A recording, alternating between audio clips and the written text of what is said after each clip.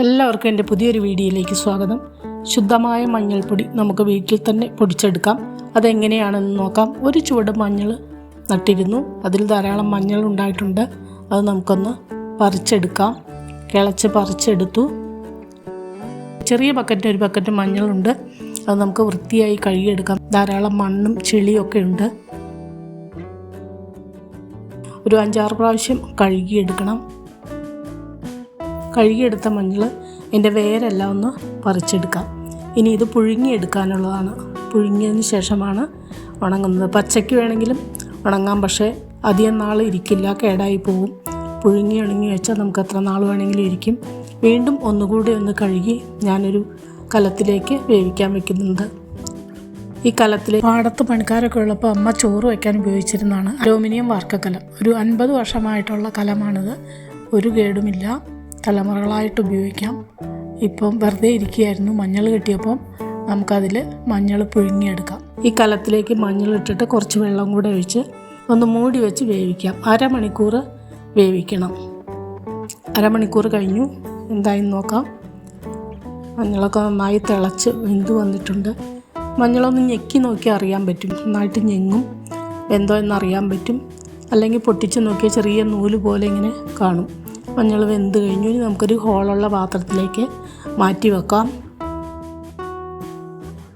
ചൂടാറി കഴിയുമ്പോൾ ഇത് അരിഞ്ഞെടുക്കാം.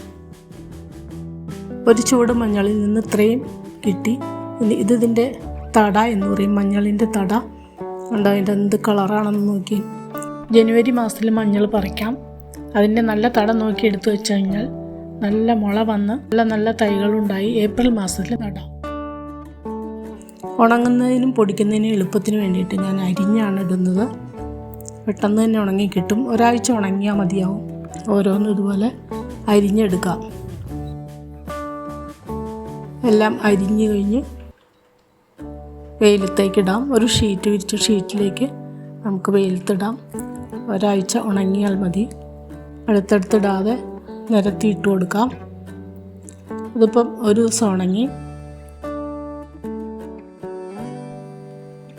രണ്ടാമത്തെ ദിവസമാണ്. ഇതിപ്പം ഒരാഴ്ച ഉണങ്ങിയതാണ്. നന്നായി ഉണങ്ങി കിട്ടിയിട്ടുണ്ട്. ഒരു 10 ദിവസം ഉണങ്ങി. ഉണങ്ങിയെന്ന് പറയുന്നത് ഇത് ഒടിയണ ഭാഗമാണ്. നന്നായിട്ട് ഉണങ്ങി കിട്ടിയിട്ടുണ്ട്. കണ്ടോ? ഇനി ഇത് നമുക്ക് കൂടുതലുണ്ടെങ്കിൽ മില്ലിൽ കൊടുത്ത് പൊടിക്കാം. ഇതിപ്പോൾ കുറച്ചേ ഉള്ളൂ, അതുകൊണ്ട് ഞാൻ ഇവിടെ മിക്സിയിൽ തന്നെയാണ് പൊടിക്കുന്നത്.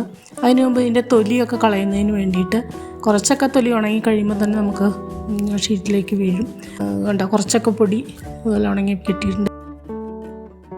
ഒരു സഞ്ചിയിലേക്ക് ഇത് വാരിയിട്ട് ഇതുപോലെ കൂട്ടി പിടിച്ചൊരു കല്ലിൽ അടിച്ചാൽ മതി.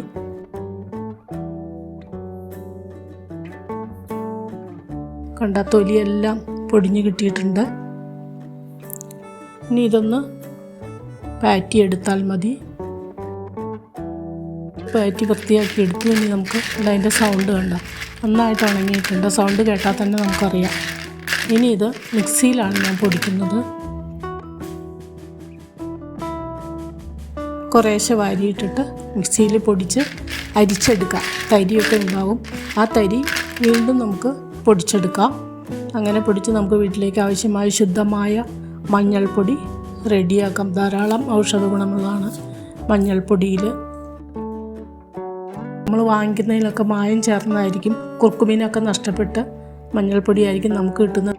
മുഖസൗന്ദര്യത്തിന് മറ്റെല്ലാ ആവശ്യങ്ങൾക്കും മഞ്ഞൾപ്പൊടി ഉപയോഗിക്കുമ്പോൾ ഇതുപോലെ ശുദ്ധമായ മഞ്ഞൾപ്പൊടി വേണം ഉപയോഗിക്കാൻ. നമുക്ക് വീട്ടിൽ തന്നെ എളുപ്പത്തിൽ തന്നെ പൊടിച്ചെടുക്കാവുന്നതാണ്. ഇതിൻ്റെ ഗുണത്തിനും നിറത്തിനും മണത്തിനും എല്ലാം വളരെയേറെ വ്യത്യാസമുണ്ട്.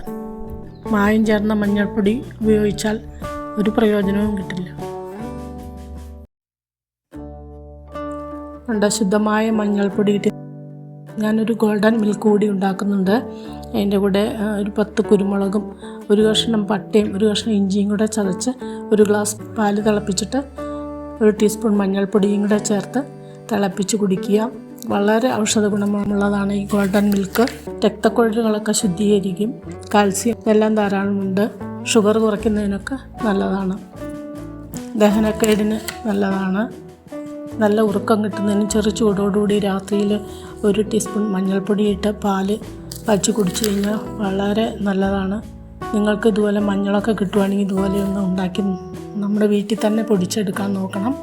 ഇനി പുതിയൊരു വീഡിയോ ആയിട്ട് വരുന്നവരെ ബൈ.